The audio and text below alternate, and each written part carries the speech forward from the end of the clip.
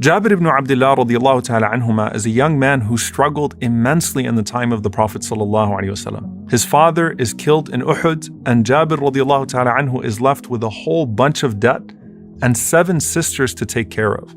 And he's the one who narrates this hadith about the most famous decision-making dua in Islam, which is known as dua al-Istikhara.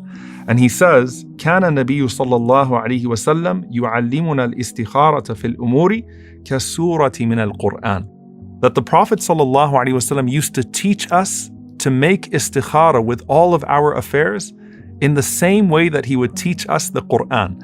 Now, obviously, if you're reading that, you know that this means that istikhara is very important, but there's a specific messaging here.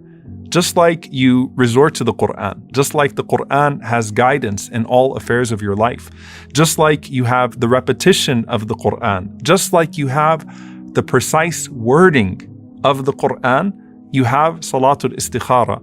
And Imam Ibn Raslan al-Shafi'i rahimahullah, he says that what's implied here is that you don't change any of the words of this dua. You don't add to it, you don't take away from it. You say it exactly as the Prophet ﷺ taught it, in the same way that you recite the Quran. And he says that clearly there is blessing in the specific wording that the Prophet ﷺ is using in Salatul Istikhara.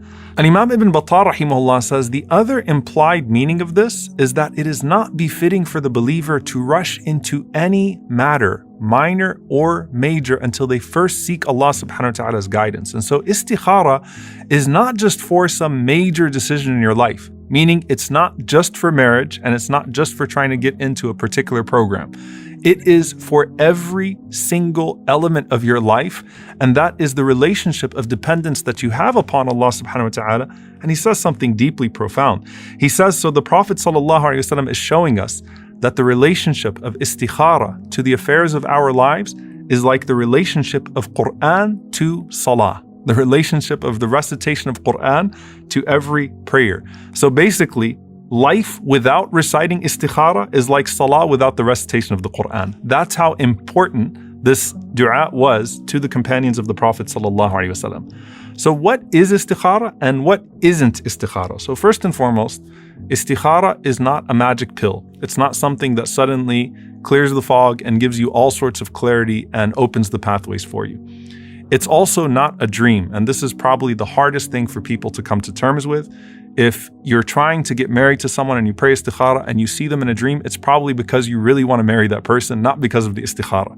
Istikhara is not necessarily connected to your dreams. It's a dua for guidance, not something that shows up. There are no colors that you see at night that indicate yes or no. There's no such thing as an istikhara fairy. Yes, I've actually heard some cultures where you put yes and no under your pillow and you make dua and then you pick one of the pieces of paper and see which one it shows up as. That's just our desire to always get the direct answer that we're seeking from Allah subhanahu wa ta'ala. But part of our dependence upon Allah subhanahu wa ta'ala is giving the process to Him and giving the outcome to Him. And so istikhara is actually asking Allah subhanahu wa ta'ala to guide you to the right way after you have done everything in your power, in your capacity to find the right way.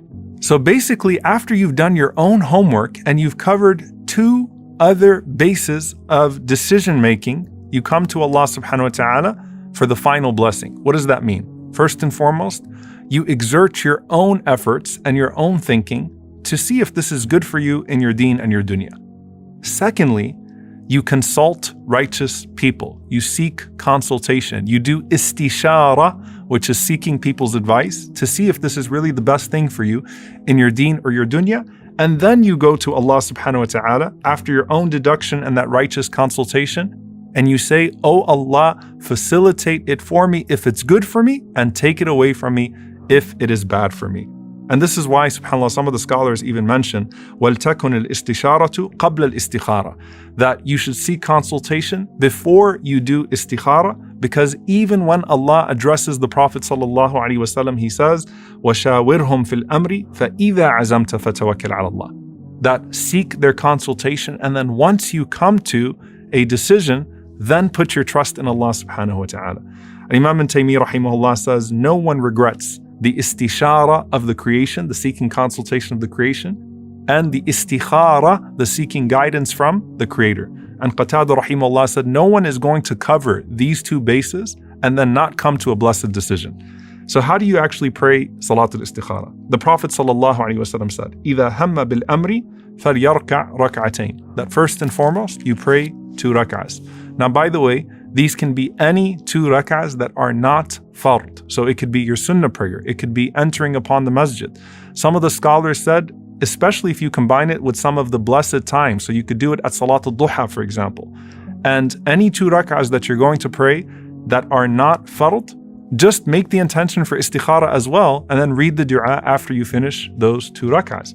And if you make this a daily habit, and that's the implication here, that the Sahaba would do this a lot, where most of us probably do this like 3 or 4 times in our lives. If you make this a daily habit even, with your Fajr Salah, right, the 2 rak'ahs before Fajr, that you're going to pray 2 rak'ahs and make that dua, then think about how much more clarity you're going to have in life, and think about how much more blessed your decision making and your decree is going to be. So you pray these 2 rak'ahs.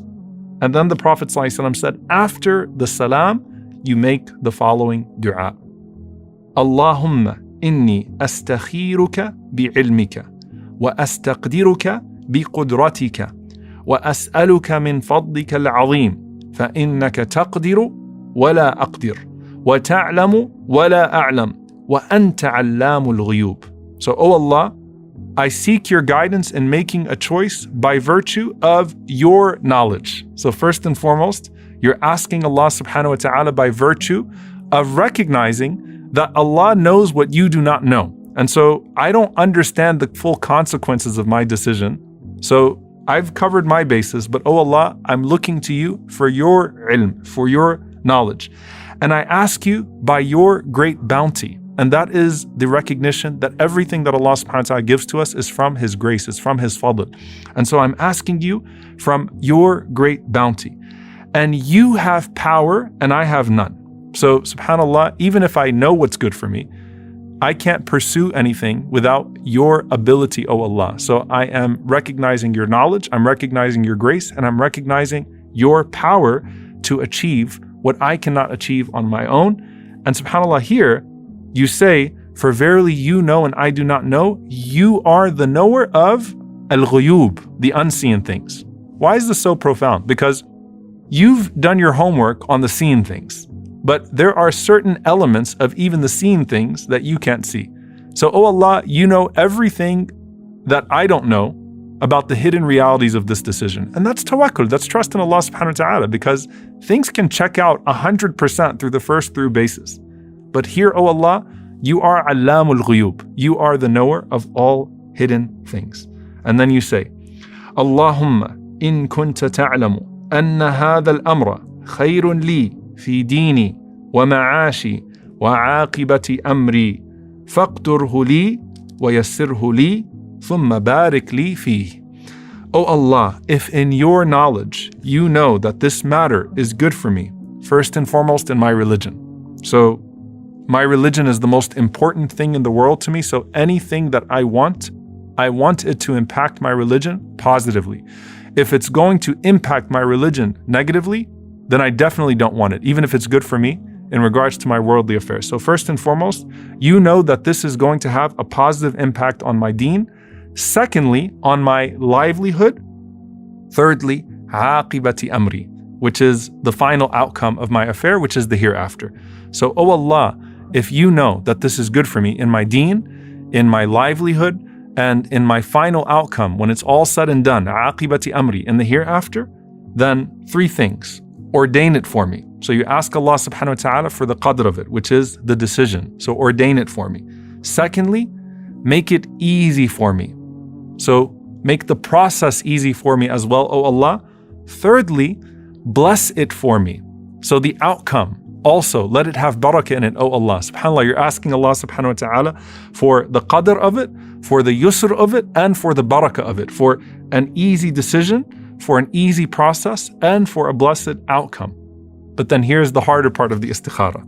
You turn to Allah subhanahu wa ta'ala and you say, وَإِن كُنْتَ تَعْلَمُ أَنَّ هَذَا الْأَمْرَ شَرٌّ لِي فِي دِينِي وَمَعَاشِي وَعَاقِبَةِ أَمْرِي فَاصْرِفْهُ عَنِّي وَاصْرِفْنِي عَنْهُ وَاقْدُرْ لِيَ الْخَيْرَ حَيْثُ كَانَ ثُمَّ أَرْضِنِي بِهِ. SubhanAllah, this is such a beautiful dua, and even if you say it 1,000,000 times, if you just ponder on every word, you'll see the blessing of it.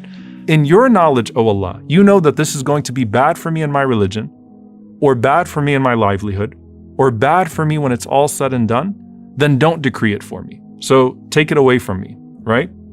And turn me away from it, which means do not let my heart become attached to it. So subhanAllah, you're not just asking Allah to turn it away from you, you're asking Allah to turn you away from it. Why? Because if your heart remains attached to that thing, then you're not going to have peace of mind. You're going to keep on saying, well, maybe there's still a chance. Maybe there's still a chance. Maybe there's still a chance. Maybe all the signs are not clear, right? So you're saying, oh Allah, take it away from me and take me away from it. And then ordain for me good wherever it may be, which also shows, I don't know where the next khair is. I don't know where the good actually is going to be. And how many times did we think that all of the doors were shut, only to find a door that we didn't even know existed open for us and have what was better for us all along. And then finally, أَرْضِنِي بِهِ, make me pleased with it, O Allah, because as the scholars say, فَإِنَّهُ قَدْ يَحْصُلُ لَكَ الْخَيْرِ وَلَكِنَّكَ لَا تَرْضَى بِهِ. It might be that Allah subhanahu wa ta'ala facilitates for you what's better, but you are not pleased with it. Now in the previous dua, subhanAllah, you ask Allah for الرضا بعد القضاء, to be pleased after the decree, and that's in general. But here, even with something specific, oh Allah, as much as I want it, if you know it's going to impact me negatively, especially in regards to my deen and my akhirah, take it away from me, oh Allah, and then let me be pleased with that outcome. Let my heart, also have no connection to that anymore.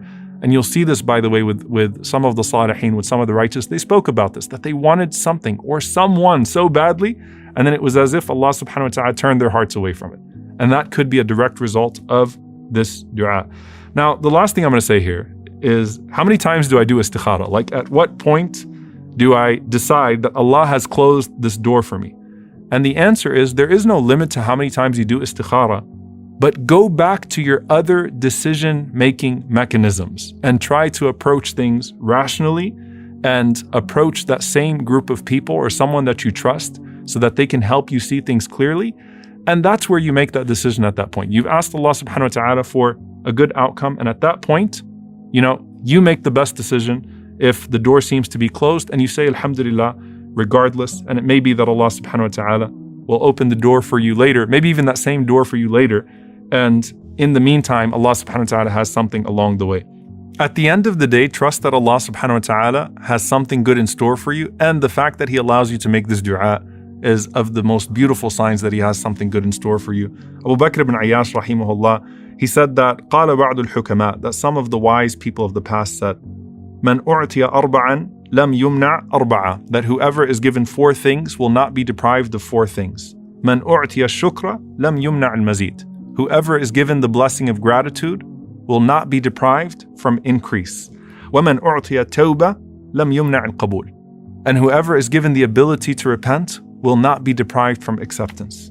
وَمَنْ أُعْتِيَ الْإِسْتِخَارَ لَمْ يُمْنَعِ الْخِيَرَةِ, and whoever is given the blessing of istikhara will not be prevented from guidance. وَمَنْ أُعْتِيَ الْمَشُورَ لَمْ يُمْنَعِ الصَّوَابِ, and whoever is given advice is not going to be deprived of correctness. May Allah subhanahu wa ta'ala grant us goodness and correctness in all of our affairs.